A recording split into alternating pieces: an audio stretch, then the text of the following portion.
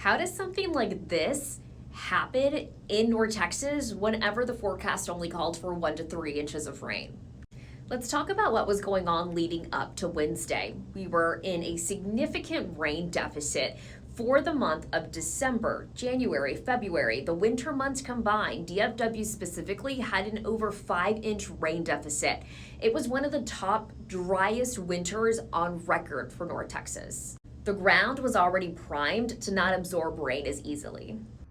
And rainfall totals for the majority was 1 to 2 inches of rain on Wednesday afternoon. But a few isolated amounts did turn out a little higher, 3 to 3.5 inches, where some thunderstorms kind of just trailed. This specifically in southern Dallas County and areas of Kaufman County. You also have to consider the terrain in Texas. We have a few hilly locations and areas that have creeks and streams and rivers. The hilly areas create runoff. Generally, all this runs into creeks. It generally inflates the creeks for a period of time. And if they happen to be close to any roads, those roads are going to flood.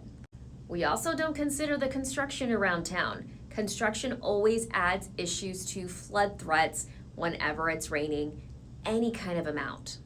All that to say is it doesn't sound like a lot when you say 1 to 3 inches of rain, but in one day, whenever that happens, you have to consider the terrain. Is it hilly? Do we have creeks, streams nearby? You have to consider construction, and you also have to consider the fact that our ground just isn't primed to soak in any of that rain as it normally does.